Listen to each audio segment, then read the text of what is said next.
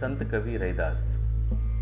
संत कवि रैदास का जन्म काशी के पास गांव में माघ पूर्णिमा के दिन हुआ था। कहा जाता है कि उस दिन रविवार था, इसलिए नवजात शिशु का नाम रविदास रखा गया, जो बोलचाल की भाषा में रहदास या रैदास हो गया। स्वामी रामानंद के प्रमुख 12 शिष्यों में महान संत कबीर के साथ संत कवि रैदास का नाम भी बड़ी श्रद्धा के साथ लिया जाता है। रैदास एक चर्मकार परिवार में पैदा हुए थे। नगर के बाहर ही सड़क के किनारे उन्होंने एक छोटी सी कुटिया बना ली थी। यहाँ रहकर वे भगवान की भक्ति करते, भजन गाते और आजीविका के लिए जूते बनाते या उनकी मरम्मत करते। उनके पास भगवान की एक सुंदर चतुर्भुजी मूर्ति थी, जिसे वे हमेशा अपने पास रखते थे। एक किंवदंती के अनुसार रैदास के पड़ोस में एक पंडित था। वो भगवान की चतुर्भुजी मूर्ति को प्राप्त करना चाहता था। उसने रैदास से कहा, तुम हमेशा चमड़े का काम करते हो, तुमसे इस मूर्ति की सेवा पूजन ठीक से नहीं हो रही है और ना ही हो सकती है, इसलिए इसे मुझे दे दो। रैदास बोले, पंडित, तुम केवल नाम के पंडित हो, तुम भक्ति भावना से पूजा नहीं करते, इसलिए यह मूर्ति तुम्हारे पास नहीं रह सकती। रैदास की बात पंडित को बुरी लगी। वह स्थानीय राजा के पास गया और कहने लगा, महाराज, आपके राज में अधर्म हो रहा है। देखिए, रैदास जैसे लोग भगवान की पूजा कर रहे हैं। यदि यह चलता रहा तो आपके राज्य पर संकट आ सकता है।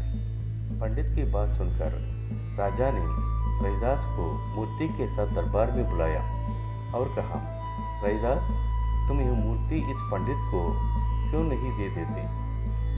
राजा की बात सुनकर रैदास ने अपनी मूर्ति को सबके सामने रख दिया और कहा, महाराज, यदि यह पंडित भगवान का सच्चा भक्त है तो यह अपने भक्तिभाव या तंत्र मंत्र से मूर्ति को अपने पास बुला ले। रैदास की बात सुनकर पंडित ने कई मंत्र पढ़े और भजन गाए, परंतु मूर्ति जरा भी ना हिली। तब राजा ने कहा, अच्छा रैदास, अब तुम बुलाओ मूर्ति को अपने पास। रैदास ने सबके सामने भक्तिभाव से भजन गाया। नरहरि चंचल है मति मेरी, कैसे भक्ति करूं मैं तेरी। जैसे ही रैदास का भजन पूरा हुआ, वो मूर्ति उछलकर रैदास की गोद में आ गिरी। ये देखकर पंडित तो दरबार छोड़कर भाग गया। राजा ने रैदास के चरण पकड़ लिए और वे उनके शिष्य बन गए। एक बार एक सेठ रैदास के पास अपने जूते सिलवाने के लिए आया। वह गंगा स्नान के लिए जा रहा था। बातों ही बातों में सेठ ने रैदास से भी गंगा स्नान के लिए चलने को कहा। तो रैदास ने कहा, सेठ जी, आप जाइए, हम गरीब लोगों के लिए तो हमारा काम ही गंगा स्नान है। रैदास की बातें सुनकर सेठ बोला, तुम्हारा उद्धार भला कैसे हो सकता है? तुम तो हमेशा काम में ही लगे रहते हो, कभी कोई धर्म कर्म भी किया करो।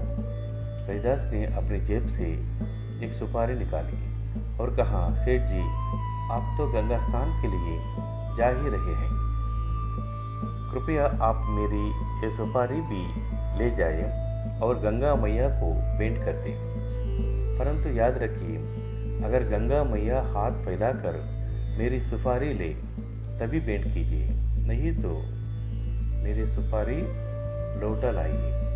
सेठ ने रैदास से उसकी सुपारी तो ले ली, परंतु मन ही मन रैदास का मजाक बनाने लगा।